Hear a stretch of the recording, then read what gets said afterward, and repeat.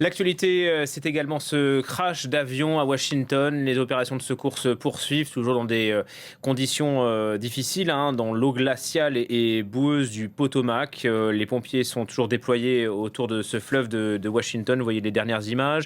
Pour l'instant, ils ont repêché 28 corps, victimes de la collision aérienne entre un avion de ligne et un hélicoptère. L'avion civil transportait 64 personnes. Donald Trump doit donner une conférence de presse dans quelques instants.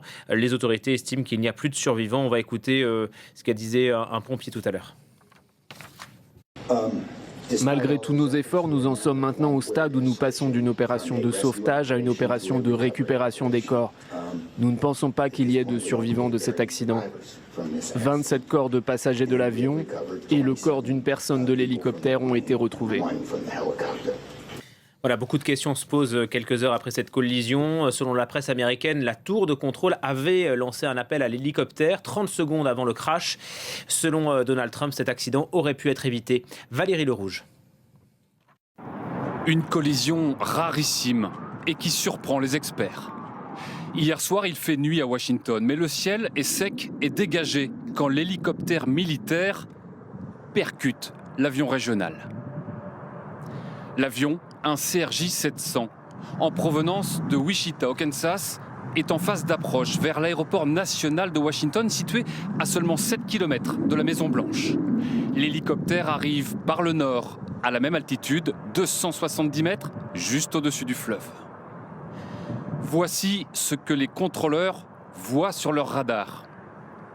Quand les deux appareils se rapprochent, ils interpellent le pilote de l'hélicoptère. Pass 25, get the CRJ in flight. Pass 25, pass line is CRJ. Did you see that? Blackjack 3, can you return to base?